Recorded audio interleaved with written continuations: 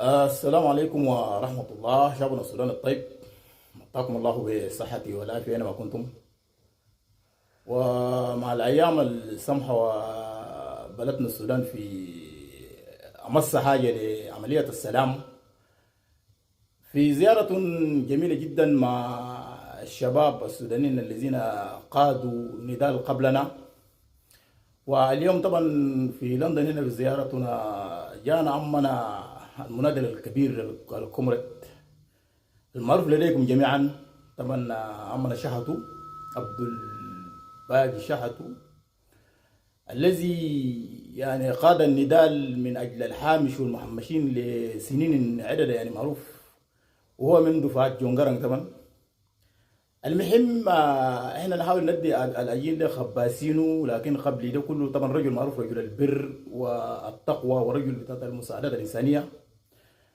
وما زلنا ان احنا نسوق في نفس الاتجاه وندي فرصه يتكلم لنا عن ما يجري في السودان الان، بين ما يحدث السلام ممكن يتم كيف بين الرباعيه واللي ما يدور في هذاك المنطقه. يعني ان شاء الله نخلوا ندي فرصه يتعرج شويه ونمضي ان شاء الله. مرحب بك السيد امنا عبد الباقي شحتو، وان شاء الله كده الشعب السوداني في انتظارك لكي توريهم ماذا يحصل من بعد. يعني تفضل. أول حاجة السلام عليكم ورحمة الله، شكرا جزيلا. وللأخ عبد السلام أول ابن عبد السلام، حقيقي الواحد سعيد جدا يكون مع الرفاق في تأسيس هنا في لندن في فعالية المظاهرة مطالبة بإحقاق السلام في أسرع وقت، لأنه حقيقة إحنا أهلنا تعبوا تعب شديد. طبعا أنا عمكم شحتوا، كان عندي فيديوهات كتير فيها زنبهارات بالطماطم والحاجات دي، كان عم نحط الحاجات بالطريقة بتاعت الفهلوة من الحتة دي تنبصر منها أشياء ده كله كلام كتير. التنظير ده تعبنا شديد. حقيقة سعيد يعني بعد سنتين أو 3 سنوات أنزل في فيديو تاني يكون فيه كلام حقيقي أو مباشر، لأنه الظرف حقيقة كلنا محتاجين له. ولما نقول الشعب السوداني ما بنعيني أن إحنا بنمثل كل الشعب السوداني، لكن بنمثل كل زول يعني واطي الجمرة، كل الناس اللي عانوا والمورس فوقنا التهميش من 1955. السودان ده الثورة ما الليلة ولا امبارح. اليومين ديل طبعا في كلام كتير عن السلام اللي هي آخرة الكلام بتاع السيد كامل إدريس عن السلام في مخاطب مجلس الأمن بموضوع السلام. أنا أفتكر كلامه اللي جابه ده ما جاب أي حاجة جديدة غير كلام الإنشا القديم اللي اتقال من زمن المفاوضات العديدة، من جدة مرورا بجدة 2 مرورا بالبحرين المنامة لحد ما جينا لحد جنيف وغيره 1 و2. أنا أفتكر الوقت ده إذا قبلنا وإذا رضينا حيكون في سلام. أنا أتمنى يكون السلام ده عادل، يعني يشفي قلوب كل الشعب السوداني، لأنه الظلم ده قليل جدا من الناس اللي يقدروا يشوفوا مباشرة مين الظالم ومين الجاي بالظلم ده، لكن الناس الحصيفين والناس اللي بيعانوا من الظلم مباشرة يعني هم متابعين وبيشوفوا كويس. طيب كلام الأخ كامل إدريس هو مجموعة من المغالطات اللي اتقالت. يعني أنت لا يمكن تقول لي زول محتلة أو محرر له منطقة أكبر من أوروبا الغربية، يعني كيف تقول له خد سلاحك هناك واقعد تعال سلمني ودي بالمناديل كده نجي نقعد جنبك؟ أنا أفتكر دي كثيرة جدا وما بتحصل. يعني أنا أفتكر ده ما كلام عادل. الكلام المهم والممتاز المفروض يحصل بأنه يا سيد كامل إدريس ويا أخواننا في الدعم السريع والحكومة الناس يمشوا حسب الخطط الوضعات الرباعية. أنا ليه بقول الرباعي؟ الرباعي ده كلام بتاع أمريكا، ونمشي من ورا طوال حسب الصورة شايفينها مع الفيديو لعمنا ترامب ده. الرئيس ترامب ده دول عنده بيان بالعمل، يعني ما تتهاونوا به، ما زي الرؤساء اللي بعد ذاك اللي بيمشي بيرجع للإدارات يقولوا لي الكلام وامشي لقدام وارجع لك. قال لكم تمشوا تقعدوا راسل بولس. الجماعه قالوا بولس ده ما معترفين به انت حتعترف به غصبا عنك، لا انت ما عندك حاجه. يعني عندك خيار تاني تشيل صواريخك وبنادقك وتمشي الخندق تحارب امريكا، زي ما قال تريك بانه ماشي يحتل البيت الابيض الامريكي. يا عم نترك عليك، الله يرحمنا شويه. ده عبد الله. لا ترك بتاع بورسودان. ناجي عبد الله. ناجي ناجي عبد ترك الله برضه قال القوس. نفسه. ايوه هو ذاته قال ماشيين يعني بيت امريكا، بيت ابيض ده مالك يا زول تجيب لنا مشاكل. ما نحن ما بنقدر القنابل اللي يضربوا بها القنبله بتاعت الطوية بيقول عليها البساط بيطوي تطوي الارض طوي. فنحن ذاتنا عندنا 3 قطاطي و2 عمارتين كده بالجنب وكشك بتاع تنباك. مش مشاكل بترام يا اخي. الموضوع ده كده خلوه. انا افتكر الحل بيقول كالاتي: الخطوات الرباعيه والخطوات اللي قالتها اللي قال الاخ الامير سعودي محمد. انا افتكر والله دي احسن خطوات نمشي بها. طيب حتقول لي انت شايف وين يا عم شحاته؟ يا دول انا شايف داير الوطن دي يبقى فيها سلام، نرجع عنها اللي قاعدين برا ديل كلهم بقدر ما تقدر. مش كل الناس اللي حيقدروا يرجعوا، لكن انا واحد من الناس بايام بالعمل ايام الثوره رجعت وعملت مزارع تعاونيه وشغل للناس، فبالتالي في ناس كثير عندهم مقدرات اكثر مني وعلاقات دوليه اكثر مني، ممكن يمشي نطور بلدنا ونقعد ناكل حصيدتنا وبادب يعني، لا نمشي نقول احنا ارجل ناس ولا احسن ناس. اذا احنا بعد الحرب دي كلها بعد الموت والقتل اللي حصل في السودان ده ما قدرنا نفهم، يبقى وماشيين متوسعين. طبعا الحرب دي لو امتدت حتمتد في الحزام الافريقي كله من موريتانيا لحد الصومال. عارف ده معناه شنو؟ دي الحته اللي فيها الحروب السعوديه جايه منطقه المسيريه والرزيقات وتجي بكوستي وتمشي لحد الدندر وماشي طوال لاثيوبيا وللصومال. هنا معناها هددت السلم والامن الدوليين. السلم والامن الدوليين ده شنو؟ طيب تفضل.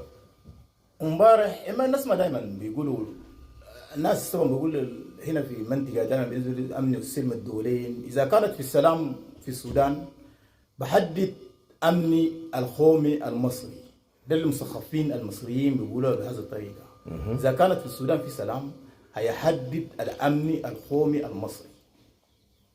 ده اذا في سلام، لكن لازم يكون في حرب ويكون السودان ده كمزرعه اما جوراكا كده حبوبه اجوز بتاعتهم مات وهم يشيلوا ما قامت من البروز من الزراعه يعني. ايوه هنا مصر بيخش مرات بانه هو في الرباعيه، ومرات بيقول هو بيخش بيحارب مع الجيش، اما بيمد كيف بيمد بسلاح طبعا بالنسبه لبعض الاحداث باكد بانه كانت معهم. اما ما قريب يعني شفناه في حسني مبارك ضرب جماعه المهديه في جزيره يعني اتفاقات المشتركه بيقولوا عليها. ما زالت مصر بينظروا للدوله السوريه بانه مزرعه حقتهم. في حالة دي إذا كان في استقرار وسلام هم بيقولوا نحن هيشكل لنا أمني، تهديد الأمني الاجتماعي بالذات هم قصدهم كده يعني.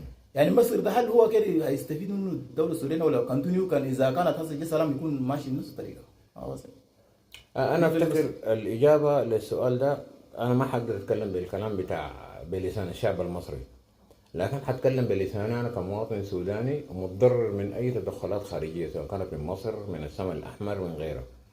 فاذا مصر ولا اي دوله ما بتهدد السودان ودايره يكون مستمر بالطريقه دي، يبقى السودان الجديد ده ما السودان القديم اللي ورثوه الناس بعد كيتشنر باشا. لا السودان ده جديد، فيه ناس من الانقسنه، في ناس من اقصى الجنوب، في ناس من جبال النوبه، في ناس من وادي هور، في ناس من الصحاري بتاعت. يبقى شنو يعني الكابينت الجديده بتاعت الحكومه بتاعت السودان الجديده الحقيقيه هتلقى فيها كوكو فرج الله وبكر كوكو حمدان وادروب وكده. ديل ناس ما تابعين لدول محدد. انت لو خنقتني اي دوله خنقتني بجاي انا بمشي للدوله اللي هي عندها عداء منها، انا بتكون صديقتي وابو منقدح بيعرف بعض اخوين. افتكر الناس فهمتوا المثل ده. يعني انت لو عضيتني بجاي انا بمشي بجيب دول عنده عصايه كبيره هناك برضه عنده مصالح في السودان. والرباعيه ذاتها هي وزنه بمعنى الدول اللي عندها مصالح حول السودان. وللاسف الشديد الرباعيه ما طلعت الدول الافريقيه، جاب الدول العربيه فقط. وده برضه انا نقدي بالنسبه للرباعيه يفترض يكون في الدول الافريقيه موجوده، لانه يعني ما ممكن بس العرب بس عندهم انترست في السودان ولا فارغ عليه. معنا عندنا اثيوبيا صديقتنا، عندنا جنوب السودان صديقنا، عندنا تشاد صديقتنا، افريقيا الوسطى يجيبوا يعني 3 دول عربيه 3 دول افريقيه عشان ندي الهويه ذاتها بتاعت السودان وحلها لقدام. لكن كده خطيتنا زي نحن لسه تابعين لمنطقه محدده وهي اللي عندها مصالحها سواء كانت الامارات او السعوديه او مصر. ده برضو اذا جاب سلام للسودان اتس اوكي، نمشي لقدام اللي وقف بعدين الشعب السوداني يقرر وفق دستور نرتضيه كلنا، نحدد نحن هويتنا شنو. لكن اسعى الرباعيه خطتنا في الكورنر بتاعت الدول العربيه، ده ما بيمنع بانه بعدين جات امريكا ست المصالح الحاليه في العالم كلها هي موجوده، وامريكا خشت لانه في ناس ثانيين بيهددوا الامن الامريكي اللي هو ايران، الحوثيين وحزب الله وكل المجموعات الاسلام ربويه، مجموعات بتاعت الاخوان المسلمين. مقبول نصل لمرحله السلام، لكن احنا نحدد حاجاتنا، لكن ده توجيه بسيط بان الرباعيه خطتنا في يعني الناس اللي عندهم مصالح بس الدول العربيه. طيب معناه ديل اللي عندهم اطماع مش مصالح، عندهم اطماع في السودان. اذا ده برضه بوجه بان الدول الافريقيه اللي حولنا ما عندها اطماع، دي دول اخواننا واصدقائنا والشركاء حقيقيين. تفضل. بالنسبه لامبارح طبعا جلسه اللي كان بخصوص جلسه جايه بقرار مباشر من ترام وفي مجلس الامن بانه ما يجري في السودان بحدد الانسان مباشره، وبالنص احنا شفنا فرنسا المندوب الفرنسي في المجلس، وعندك ثاني بتاع مين ديل طلعوا بقرار مباشره بانه الجيش ضرب المواطنين بسلاح كيماوي. يجب ان يعني يقف من هذا الكلام، اما يكون في توضيح للحاجه مباشره بدون هزار. يعني كلام في الايام الجايه بيبقى جد جد. فرنسا بلسان الاتحاد الاوروبي، وهناك في امريكا بلسان المجموعات الثانيه كله كانت قصه السلاح الكيماوي طبعا بجد شغل كبير، يعني ما له ما فيه هزار، ما فيه اجدى وانسى. المهم في هذه السياق بالدبكي يعني دور الجيش السوداني يعني قال يوضح الكلام ده. هل الجيش ده يقدر يطلع من كيزان ده ويمشي يوضح الكلام ده ولا كله كامل ادريس؟ طبعا كامل ادريس في حاله ده انا شايف هناك قنبال رخا وطلع قال على حسب مكتوب في قناه الجزيره بانه السودان هو بريد السلام.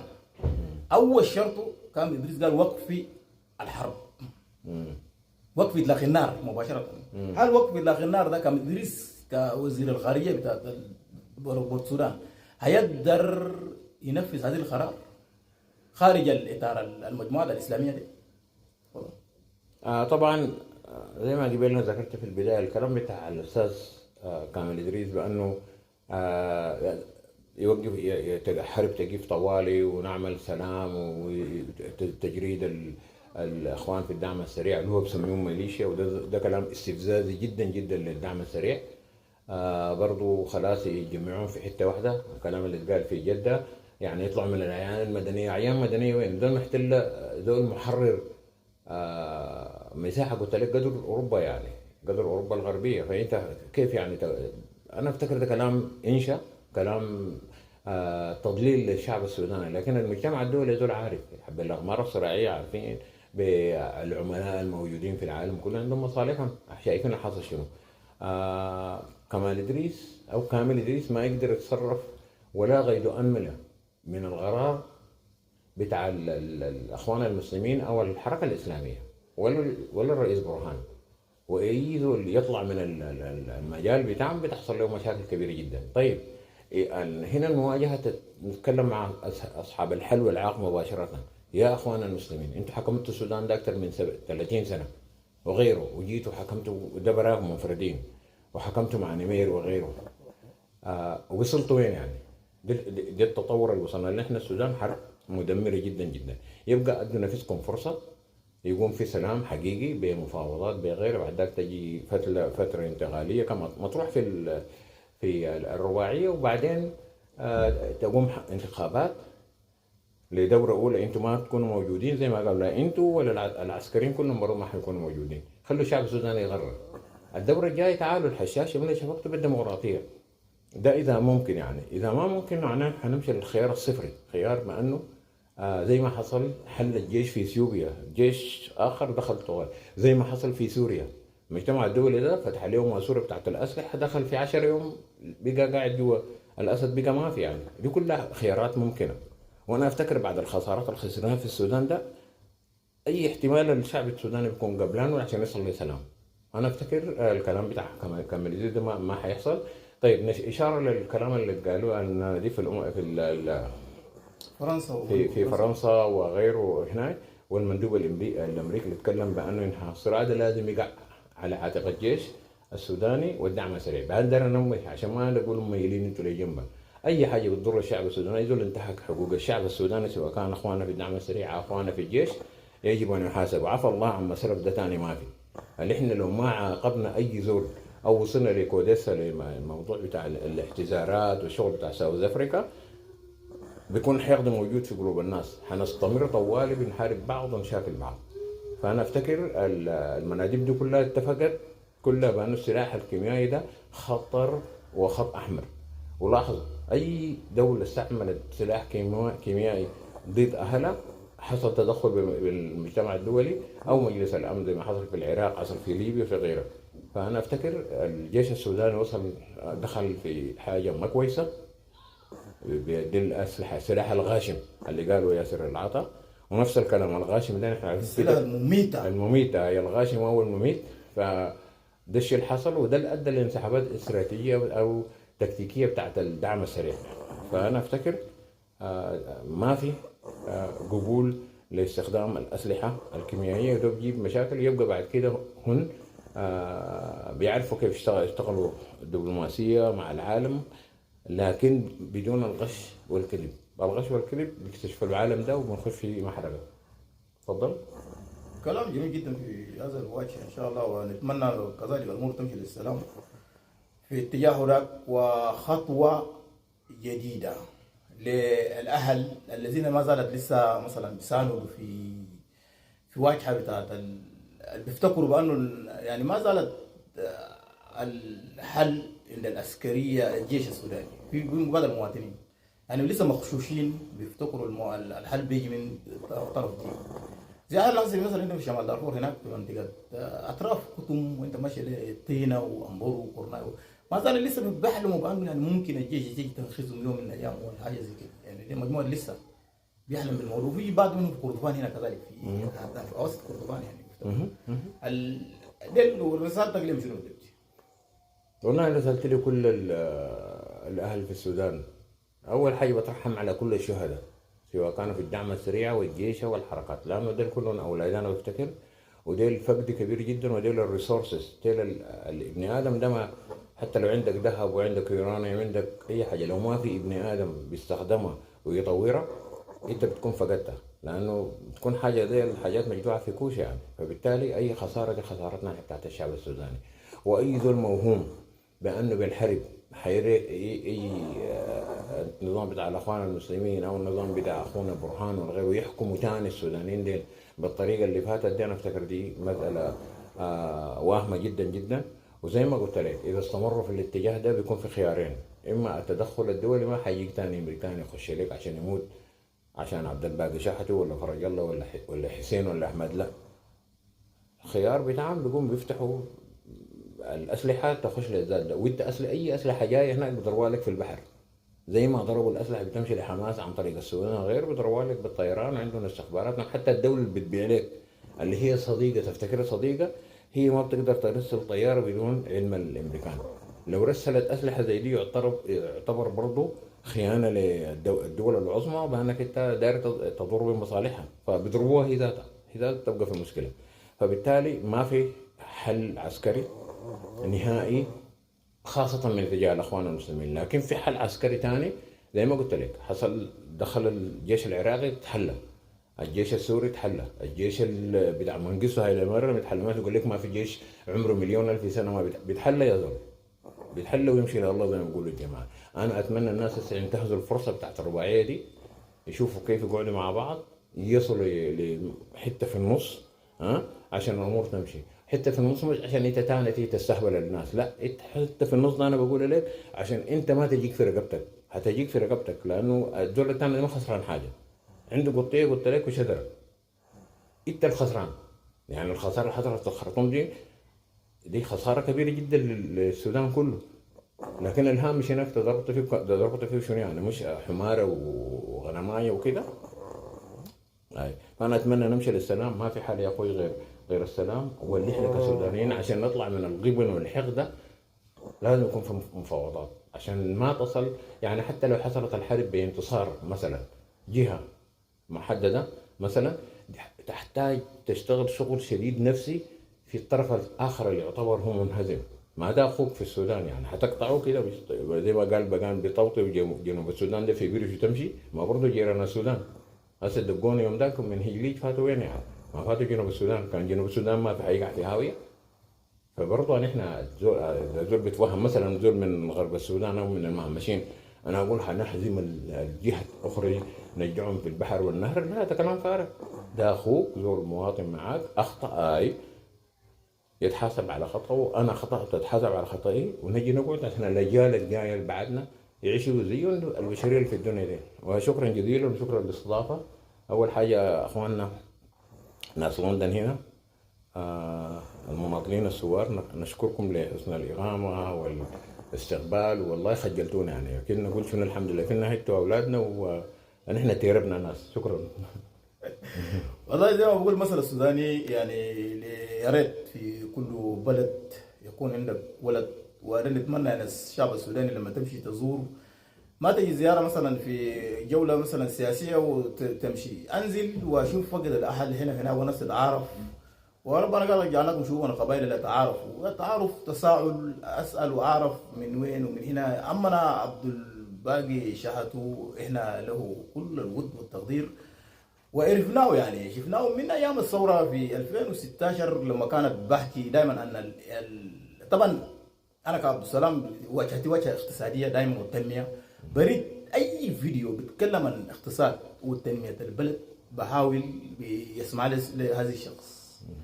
الحرطة الثاني ده كله خليه، لكن اقتصاد تنمية البلد بينموه كيف بيبنوا للآخر للجيل الأجيال الغايم. أنا ده زولي عبد الباقي، أما عبد الباقي شفناه هناك في النرويج مش كده سويسرا، ومرات بنزل جولات بمشي مع لحد مايو يشهد عليه أهل مايو، يشهد عليه السهريت في مايو هناك ناس مايو.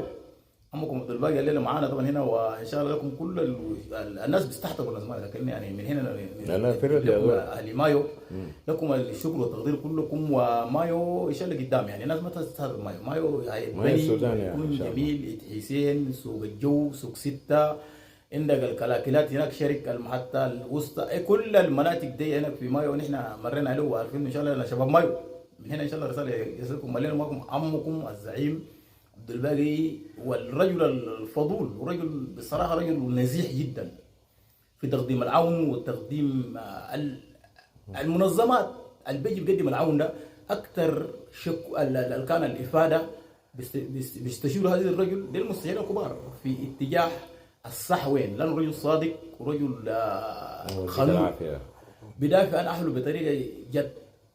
ولا كان السمساره في ناس بيشتغلوا في المنظمات لكن سمساره، وحقيقه يعني ده ما كان ادريس امبارح مش كده؟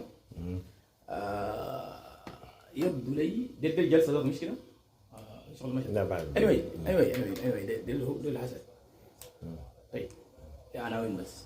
المهم يا شباب ان شاء الله نتمنى ان تكونوا بخير، وتشكر كثير يا امنا عبد الباقي وما هو رفقاء كله يعني. اخذنا جوله وكان زورنا لندن امبارح وورينا بعض المعالم، وان شاء الله يكون لنا جولات وصولات في هذا الاتجاه. ولا اطول واقول بس ان شاء الله شكرا جزيلا واسر ان الانسان اللي في خسر الا الذين امنوا وعملوا الصالحات وتواصوا بالحق وتواصوا بالصبر، وسلام ان شاء الله لنا قريب. كلمتنا اليوم عن كامل ادريس، وقال وقف اطلاق النار، والسؤال هل كامل ادريس يقدر يوقف النار؟ لانه وقف اطلاق النار ووقف قتل الشعب السوداني لم يعجب الكيزان ويبوظ للكيزان بزنس بتاعتهم، وقاموا حرب من اجل قتلكم. تستمر كتير فيكم اللي قدامهم. السلام عليكم. وعليكم السلام ورحمه الله. يديك العافيه. الله يخليك. شكرا جزيلا. الله يسلمك.